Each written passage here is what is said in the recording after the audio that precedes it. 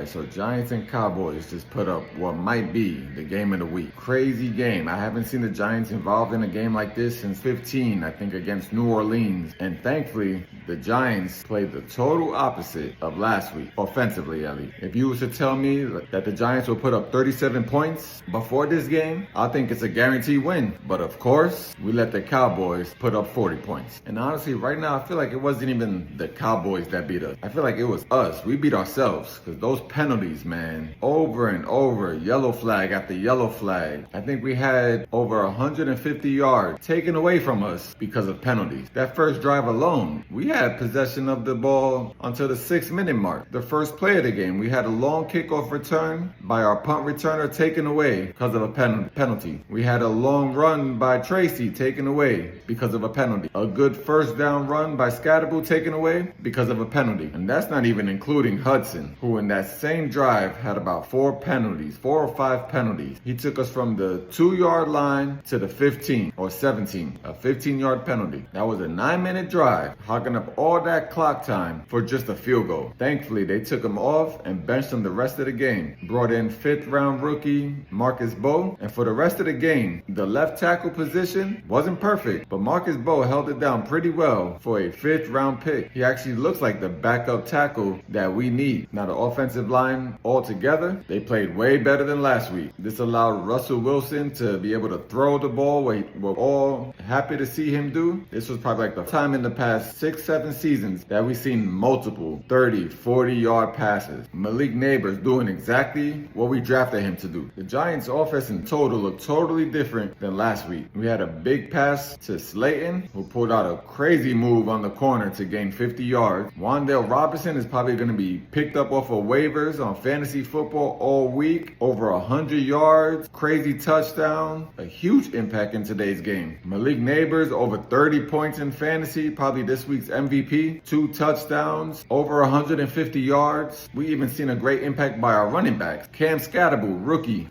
He was the first running back today. I seen Tyrone Tracy on the special teams more than I seen him on the first team. But this game was a little weird, where the first half, the offense couldn't finish the drives, but the defense was holding it down. Brian Burns with another sack this week helped keep us in the lead throughout the first half. But in the second half, more the fourth quarter, the defense was worn out. So it seemed. And the offense turned the on switch on. Yes, I don't know if it was the defense worn out or if it's the defensive coordinator to blame, Shane Bowen, because the defense looked pretty soft in that fourth quarter. Our secondary did not look good at all in the second half. Paulson Adebo was getting whooped by George Pickens, their second receiver. It looks like this next offseason, a cornerback will still be a position that the Giants will be looking to fill in again. Now, those bad secondary plays would have been fully forgotten if Dexter Lawrence would have just held that ball in his hand at the end of the fourth quarter. Would have ended the game right there. We seen it bounce right off his helmet. I can't lie. Once I seen the game going to overtime, I kind of gave up. I was like, anytime we're in overtime, it doesn't end the way we want it to end. And we had 2 tries. Now, I can't get mad at Russell Wilson for that ugly interception in overtime, because without those crazy throws,